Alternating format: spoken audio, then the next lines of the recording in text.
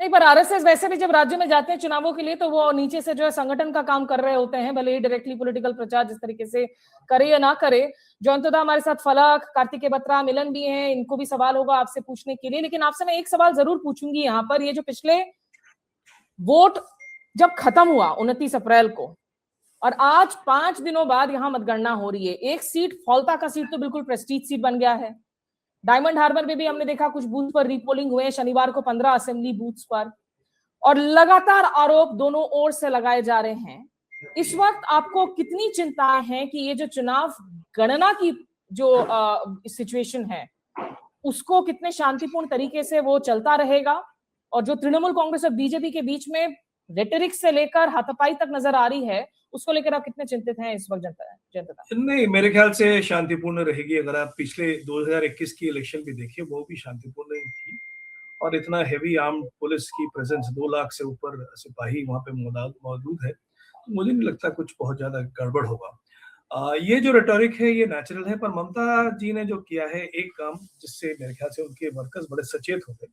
पहले ही रात को उन्होंने एक वो गए जहाँ पे वोट बॉक्स का एक वो था, आर्मरी था, और वहां पे उन्होंने क्लेम किया कि यहाँ पे कुछ वीडियो सीसीटीवी फुटेज उन्होंने दिखाया कि, और फिर उन्होंने एक नारा दिया कि आप जहाँ पे वोट बॉक्स हैं वहां पे आप कैंप कीजिए ताकि देख पाए कि कुछ गड़बड़ ना हो। तो ये जो वर्कर्स जो इतने दिनों से काम कर रहे थे वो नेचुरली थके हुए थे, ज्यादातर तो अपने आप को, थोड़ा इलेक्शन हो गया, आप थोड़ा आराम कर रहे थे, वो सचेत हो गए।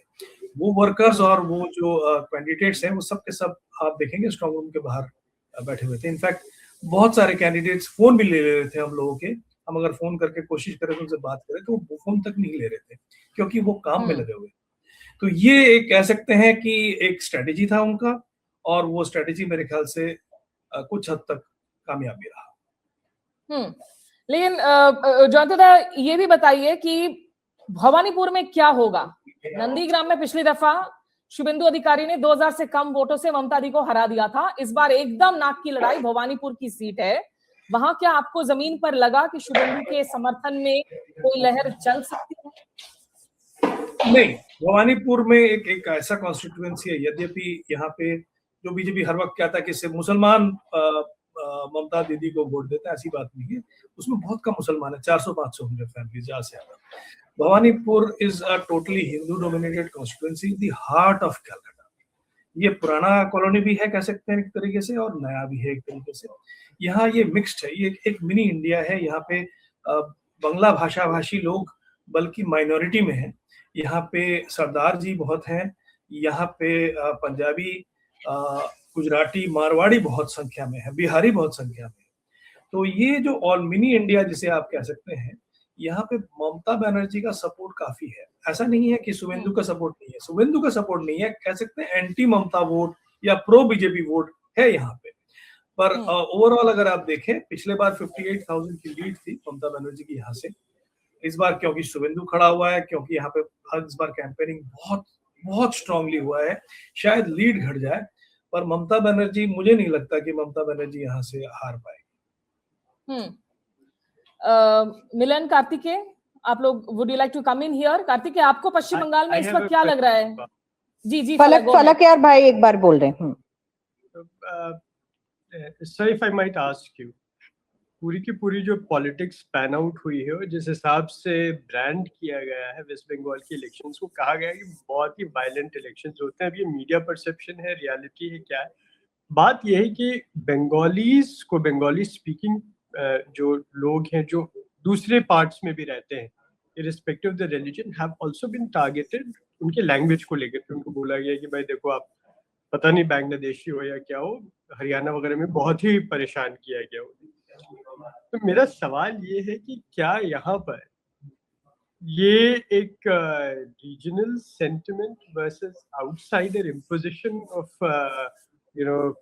पॉलिटिक्स, क्या ये चीज भी देखा जा सकता है बंगाल में, या ये चीज बिल्कुल ही गलत है? मतलब वहां पर ये माना जाता है कि yes, anybody can come and वो पार्टिसिपेट, बिकॉज बंगालीज जनरली वो ये भी समझते हैं कि we are people who have a very strong cultural identity, and वो बहुत ही रिलेट करते हैं उस चीज को प्रिजर्व करते हैं अपने अस्मिता।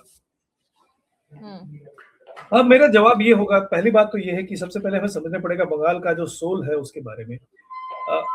बांग्ला का जो सोल है दो चीजों में है। एक तो आपको याद रखना पड़ेगा कि idea of India, modern idea of India अगर कहीं से आया है वो बंगला से आया है, बंगाल से आया है, ठीक है ना।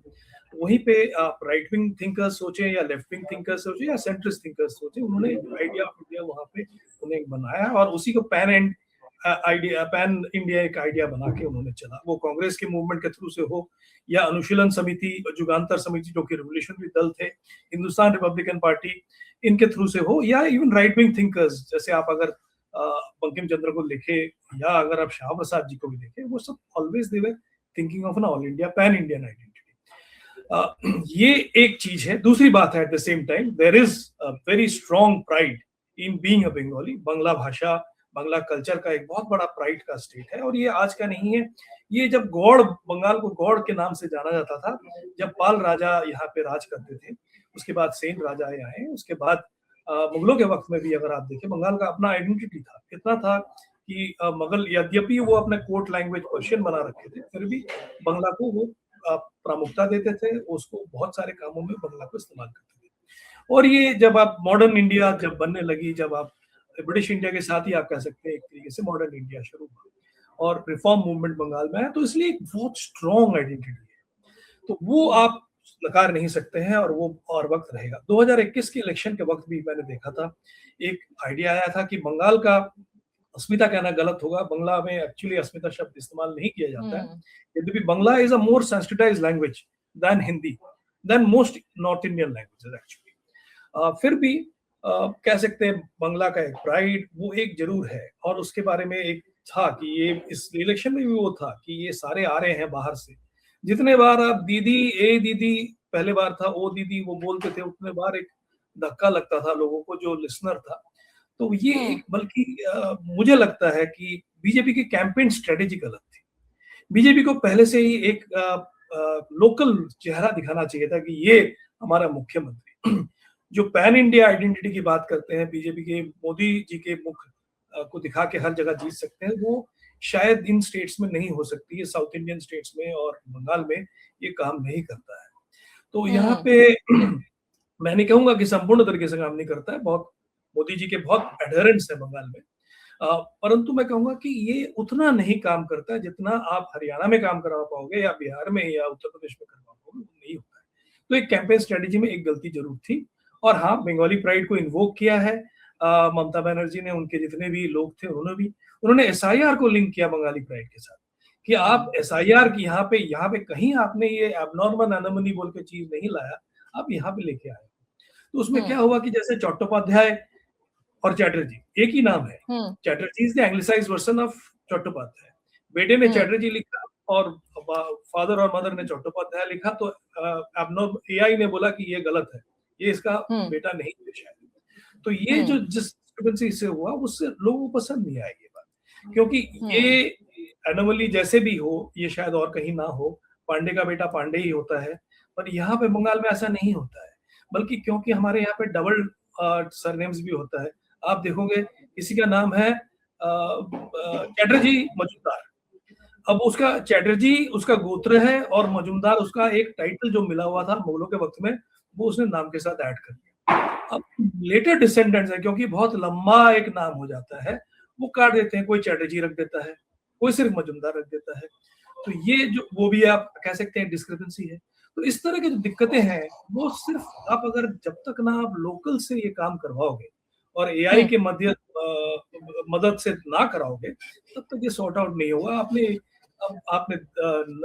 क्या 9.4 मिलियन लोगों को आपने काटा, उसमें से आधा शायद dead, remove from here, transferred होते, बाकी आधा फिर भी 5 लाख लोग तो थे, उसमें से 3 लाख, कुछ 37 लाख, 5 लाख कह रहा हूँ, 50 लाख, उसमें से 37 लाख लोगों ने अपील किया है कि हमारा वो उनका अपील अभी पेंडिंग है, और उधर 15 लाख लोग तो उन्होंने अपील ही नहीं किया क्योंकि वो इतने ही गरीब हैं, उनको लड़ाई लड़ने का एक just on a lighter note, I think Bengali culture की जो आपने बात की उसमें कम से कम इन्होंने अनुराग से लेकर जो है तमाम दूसरे नेताओं को मछली खाना तो सिखा दिया कि मंगलवार के दिन भी आकर आप बंगाल में भैया मछली एंजॉय कर सकते हैं।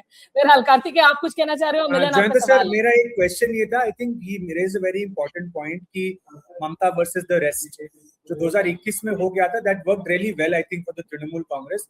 मुझे हालांकि ऐसा लगा इस बार कि बीजेपी ने वो स्ट्रैटेजी को थोड़ा सा रीथिंक किया। They didn't personally attack her so much this time. इस बार ज्यादा फोकस तृणमूल के तंत्र पे था, मिस गवर्नेंस पे था और स्टेट की ओवरऑल कंडीशन पे था। उसमें वायलेंस है, उसमें इन्फिल्ट्रेशन है, उसमें industrial lack of industrial development है। मुझे लगा कि एक्चुअली बीजेपी ने रीथिंक किया है स्ट्रैटेजी को और वो अंदर अंदर से कहीं ना कहीं लोगों के थ्रू एक मैसेजिंग पहुंचाना चाह रहे थे कि ये सरकार एंटी मेजॉरिटी है या ये सरकार एंटी विमेन है। तो I thought there was a rethink. I don't know what Jayant sir feels about this, but मुझे लगा कि basis 2021 there was a rethink in the strategy of not attacking her so much. No, I agree your with you. thoughts? नहीं, ममता बनर्जी को attack तो किया, ये बात आप ये ना रहे, परंतु आई एग्री विद यू कि उन्होंने 2021 को और 2024 को मद्देनजर रखते हुए थोड़ा बहुत स्ट्रेटेजी को बदला है और जो स्ट्रेटेजी उनका काम किया है, वायलेंस उतना नहीं काम किया फ्रैंकली स्पीकिंग, क्योंकि Bengal rural Bengal is violent, that is another dichotomy. Urban Bengal जो कि उल्टा होता है बाकी जगहों में, अर्बन एरियाज वायलेंट होता है, रूरल एरिया शांतिपूर्ण होता है।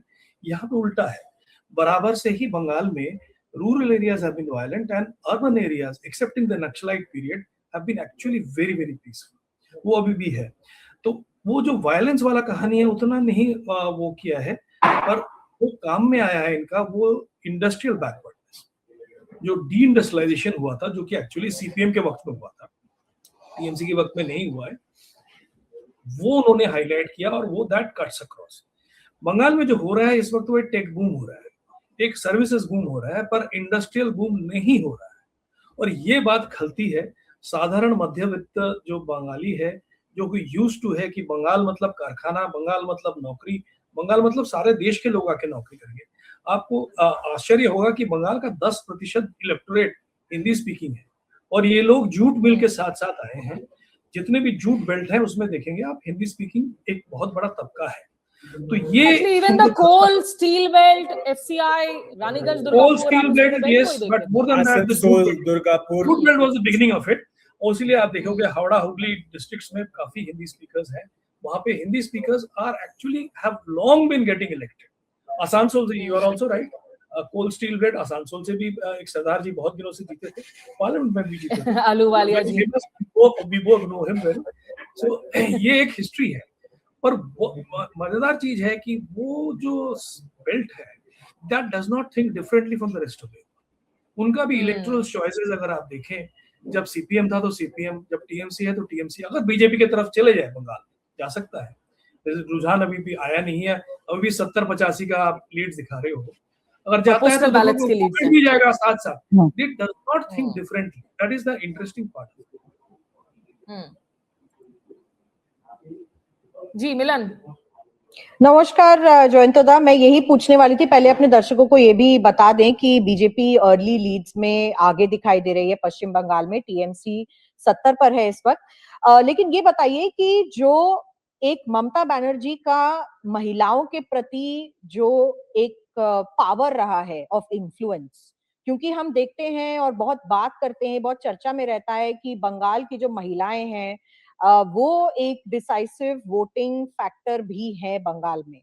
और इस वक्त अगर हम बात करें तो प्रधानमंत्री नरेंद्र मोदी ने अपने आप को एक मेजर फेस प्रोजेक्ट किया। अगर आप देखें तो इट इज एन इलेक्शन जो ममता वर्सेस मोदी बन रहा है अब, और बन चुका है। तो क्या महिलाओं का इस पर रुख रहा, क्योंकि आप देखते हैं कि पॉपुलैरिटी जो है प्रधानमंत्री की पूरे देश में देखा जाए तो महिला voters have been a very big factor of his win. अगर आप महाराष्ट्र में बात कर लें या फिर किसी और राज्य में देख लें, तो क्या बंगाल में भी इसी तरीके का सिनारियो होगा? और दूसरा ये, जैसे कार्तिकेय बता रहे थे कि जो इनकी स्ट्रैटेजी बदली भारतीय जनता पार्टी की, ये दीदी और दीदी बोलना जो उन्होंने बंद कर दिया, अब कोई भी व्यक्तिगत टिप्पणी या फिर कोई भी व्यक्तिगत अटैक ममता बनर्जी पर नहीं किया भारतीय जनता पार्टी की किसी भी नेता की तरफ से, तो क्या ये भी एक सोची समझी स्ट्रैटेजी रही बीजेपी की कि किस तरीके से जो बांग्ला वोटर्स हैं उनको संजोना है अपनी तरफ? देखिए, दो चीजें हैं। एक तो बंगाल में जो इलेक्शन है वो दीदी वर्सेस एंटी दीदी है। वो दीदी वर्सेस कोई और नहीं है, ये ना सोचे। अगर बीजेपी हारता है तो Narendra Modi should not be held responsible for it. He is still a respected national leader in Bengal also. Even those who vote for Trinamool will probably respect him as the prime minister and say, and maybe their decision of voting will change during the national election. ये Yes, that is गलतफहमी ना true. रही। That is यहाँ true. पे That is दीदी true. Versus Modi नहीं है, ये दीदी वर्सेस एंटी दीदी है। दूसरी बात, आपने वुमेन वोटर्स की बात की, तो वुमेन वोटर्स में ये कहूंगा कि 10% का लीड था ममता का, और मेल वोटर्स में 4% का लीड था पिछले बार अगर आप देखें। तो ये 10% घटेगा, क्योंकि एंटी, मैंने कहा पहले ही शुरुआत में मैंने कहा था कि एंटी इनकम्बेंसी अभी भी काफी हेवी है। बाकी बहुत सारे फैक्टर्स है और एंटी इनकम्बेंसी को कह सकते हैं काट रहा है, पर हमें किसी के पैरों तले नहीं रहना है। तो वो एंटी ममता वेव और या फीलिंग अभी भी है, तो वो वोट चले जाएगा, वो ट्रांसफर हो जाएगा टीएमसी से ऑपोजिशन में। अब ऑपोजिशन में किसको मिलता है, बीजेपी को कितना मिलता है वो ट्रांसफर, कितना मिलता है सीपीएम को, ये देखना पड़ेगा। मैं इसलिए थोड़ा सा उसको कहूंगा- डिफर करूंगी जयंतदा, क्योंकि जो मुझे फील हुआ, जहां तक मैं गई, मैंने ट्रैवल किया था, आसनसोल दुर्गापुर बेल्ट तो खैर किया ही, नंदीग्राम, मुर्शिदाबाद, मालथा, आपका मोतीबाड़ा और सुजापुर, ये तमाम एरियाज भी गए हम लोग। जो उनकी स्कीम्स हैं ऑनगोइंग, लक्ष्मी भंडार है, कन्याश्री है, ये सही है कि इन 2021 उनके बेनिफिट्स जो हैं इन सबके मैक्सिमम पीक पर मिले थे।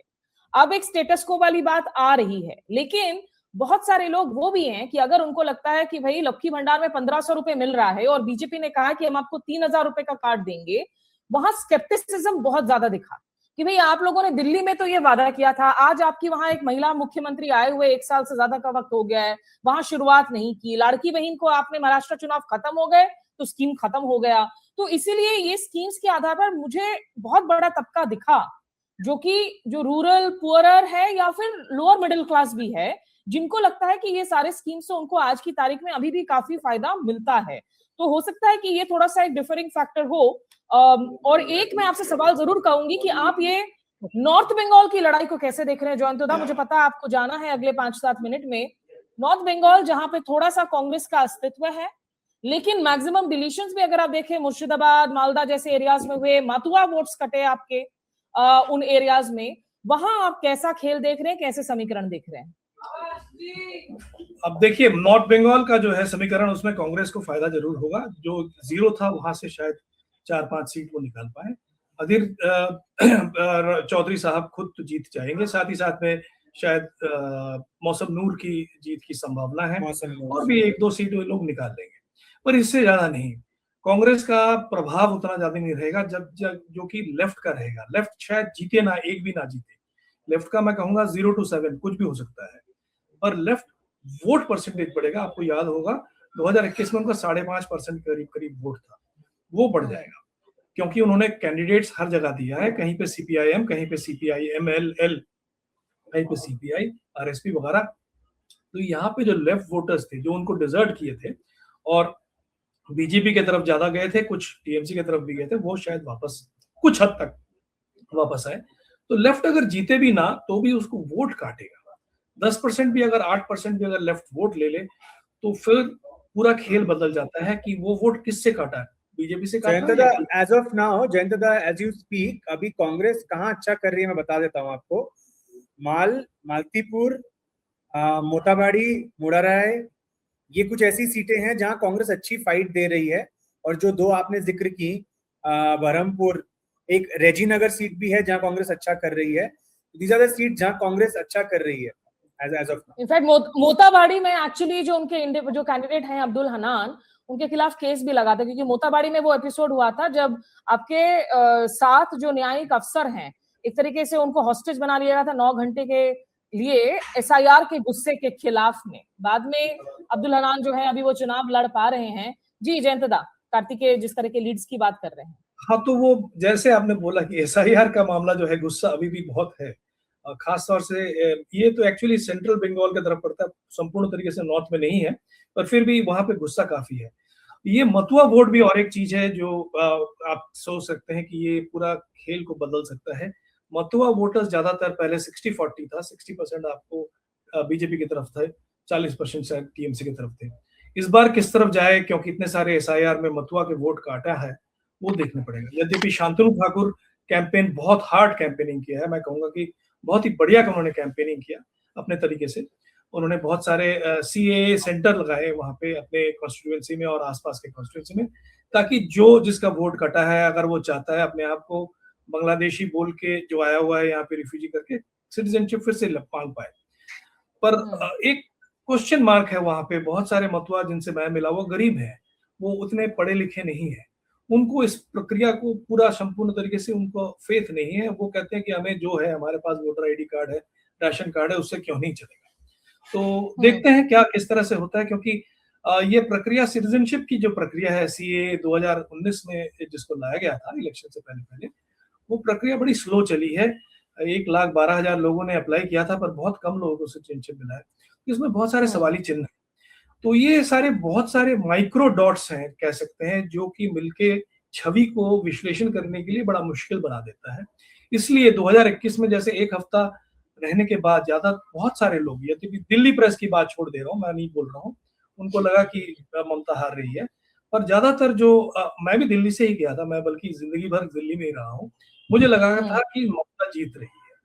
पर इस बार मैं नहीं कहूंगा कि ममता जीत रही है। मैं इतना कह सकता हूँ कि शायद एज हो, पर वो एज भी शायद मैं बायस्ड हूँ, क्योंकि जो जैसे हर कॉन्स्टिट्यूएंसी कोई भी नहीं देख सकता है, उसलिए कहना बड़ा मुश्किल है। एसआईआर के चलते हुए कहना बड़ा मुश्किल है कि कौन जीतेगा। अभी भी टक्कर की लड़ाई है। आपके ही जो दिख रहे हैं 100 और 101 है, तो ये कितना देर तक चलता है, कब ममता ऊपर चली जाती है, कब बीजेपी निकल आती है अपने ट्रैप से, वो देखने पड़ेगा।